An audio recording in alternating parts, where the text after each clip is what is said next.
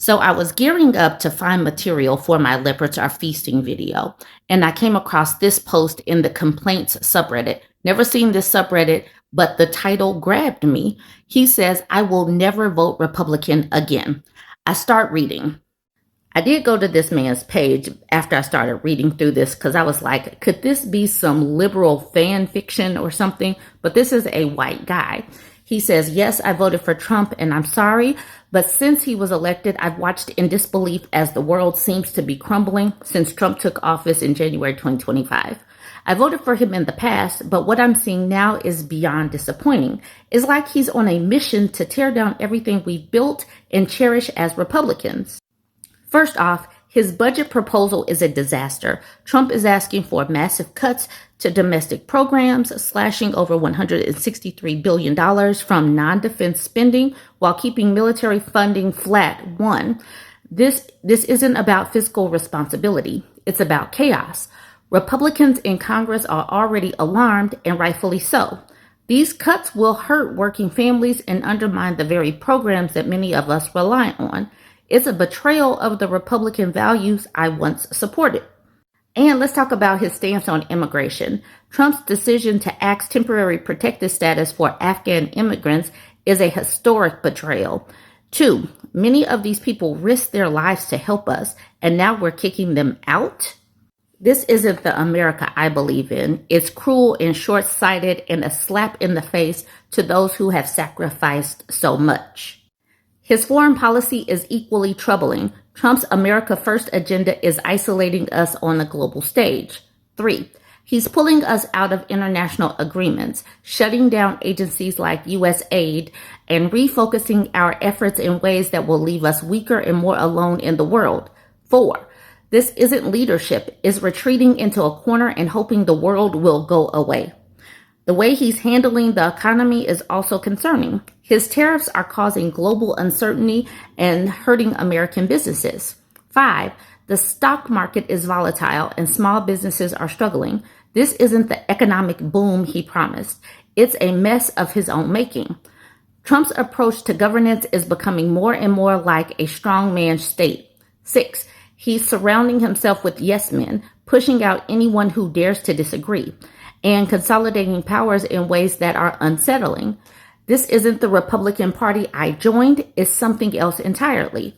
His promises to cut Democrat programs are just another way of saying he's going to hurt the people who need help the most.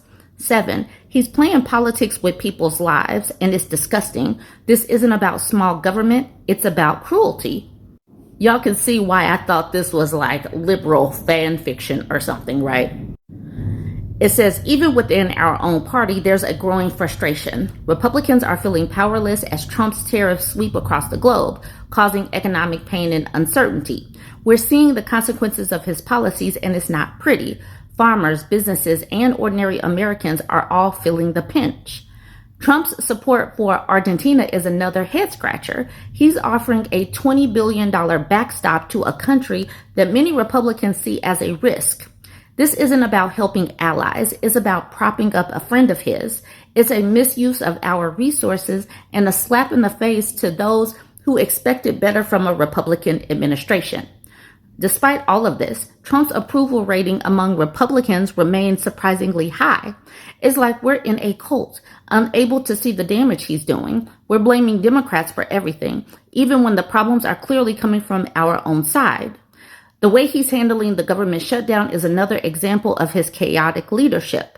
He's threatening to withhold funding that Congress has approved, creating more uncertainty and instability. This isn't governance, it's a power play, and it's hurting the very people we're supposed to serve. As a former Republican, I'm watching all of this with a heavy heart. Trump took office promising to make America great again, but all I see is division, chaos, and a country in decline. We deserve better, and so does the world. Let's dive deeper into the economic mess he's created. Trump's trade wars have been a disaster. He's imposed tariffs left and right. And it's not just hurting China, it's hurting us too. Consumer costs have skyrocketed, markets are tanking, and economic partnerships are jeopardized.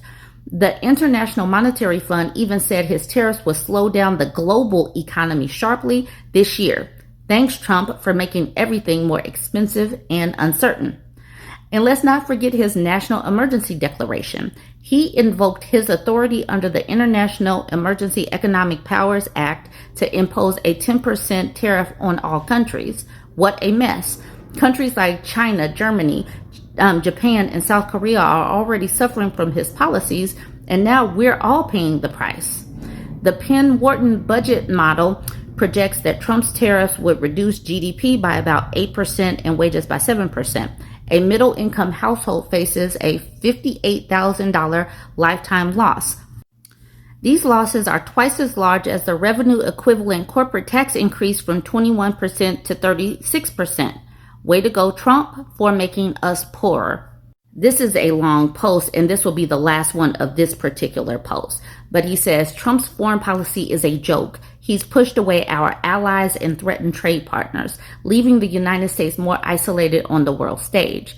The global outlook is grim, with economies facing U.S. tariffs and trade spats. It's like he's trying to start a new Cold War, but this time with everyone. The world is splintering into competing blocs, and it's all thanks to his isolationist policies. His executive orders are another disaster. In March 2025, he issued a series of orders aimed at prominent law firms, alleging unethical conduct and imposing severe sanctions. He's even trying to control independent agencies by setting up White House liaison offices. It's like he's turning the government into his personal fiefdom. And let's not forget the halt on federal funding for federal small business grants, which has disproportionately impacted minority and women-owned businesses. Thanks, Trump, for hurting the little guy. Trump's policies are also a threat to corporate America. U.S. Democratic backsliding and diminished support for global norms may undermine investor confidence in the U.S. and affect the ability of American companies to do business abroad. Even before the election, business leaders were worried about the existential threat to basic norms, values, and respect for the rule of law that has made the American economy what it is. Way to go, Trump, for destroying the very foundations of our economy. He made a really long post. And like I said, I went to his page. He's been around and on Reddit for 7 years. He is very, very active. And this right here, this picture is how I know he's a white guy. Other posts that he's making is in the politics subreddit. He's posting a bunch of political news. So he is actively posting and reading political news. But this is why I actually think that he was a Republican and he flipped. He went to the Ask Politics subreddit 9 months ago and he said, for the left, where do you consume most of your news?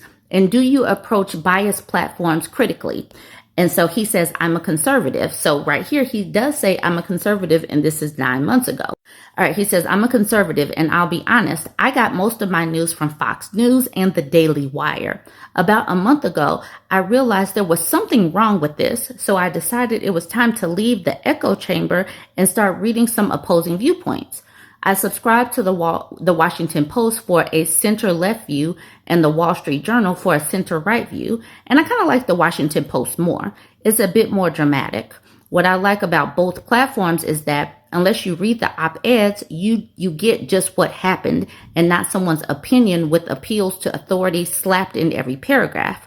What I'm trying to ask is, where do you get your news from? So I just wanted to show that, yes, some of these people are or could be possibly changing their viewpoints. And this is a white guy that was stuck in the Fox News and that right-wing echo chamber of propaganda. So at first, as I was reading, I'm like, did a liberal write all of this?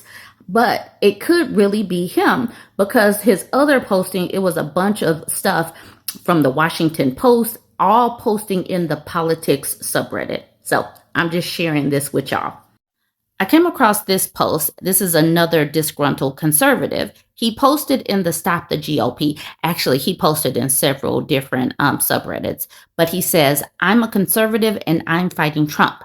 He says, I became a conservative because I believe in smaller government, lower taxes, respect for the Constitution, and the rule of law. Obviously, Trump has thrown all that under the bus. Trump is all about big government. His big, beautiful bill adds $4 trillion to the national debt. and he's violating states' rights by sending the military to occupy their cities. Trump is all about higher taxes. His tariffs add billions in burdensome new taxes on American companies that will be passed on to American consumers that are currently being paid by American consumers. Trump has zero respect for the Constitution. He has repeatedly violated the separations of powers, bypassing Congress and ruling by executive order. He has repeatedly violated people's rights to due process guaranteed in the Bill of Rights.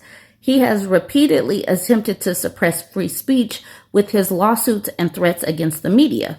And of course, Trump is a criminal. His worst crime, those involving his attempts to overturn the 2020 election, unfortunately never made it to trial. On top of that, he's let violent criminals out of prison and is attempting to rig future elections. Trump is not a conservative. He is a fascist authoritarian who is undermining the principles America stands for. It is therefore the duty of everyone who loves this country to fight for the destruction of the Trump presidency. That fight must continue until he and every corrupt member of his administration are impeached and removed from office.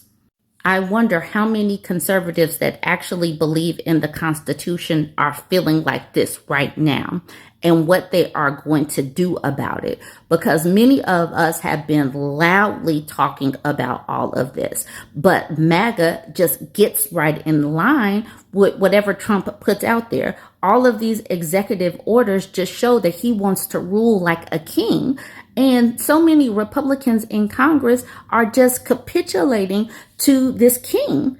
It's really wild how the people in Congress are acting like they don't know that there's supposed to be some separation between the presidency and the lawmakers. The lawmakers are supposed to be the ones that are creating the laws, but they are letting him circumvent all of that.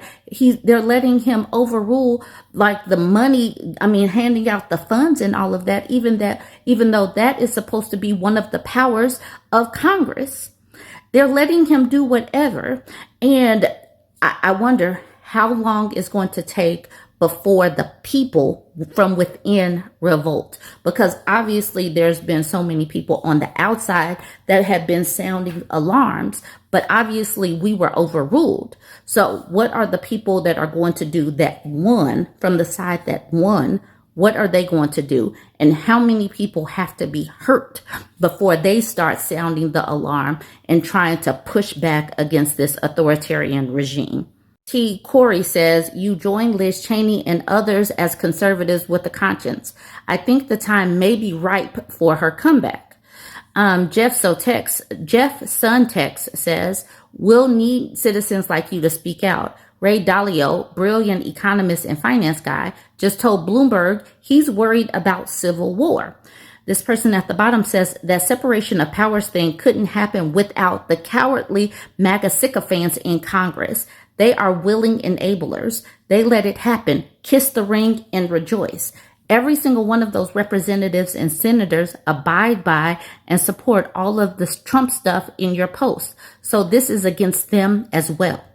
It is absolutely against them as well. He has a bunch of yes men in office and they just toe the line. They just walk, they get their orders and they walk. And then they have the propaganda machines like Fox and Newsmax and OAN and the MAGA influencers on Twitter, and they just spew out some stuff. The MAGA people just eat it up, just eating up the poop that's raining down on them. They're just eating it all up, and then they regurgitate it.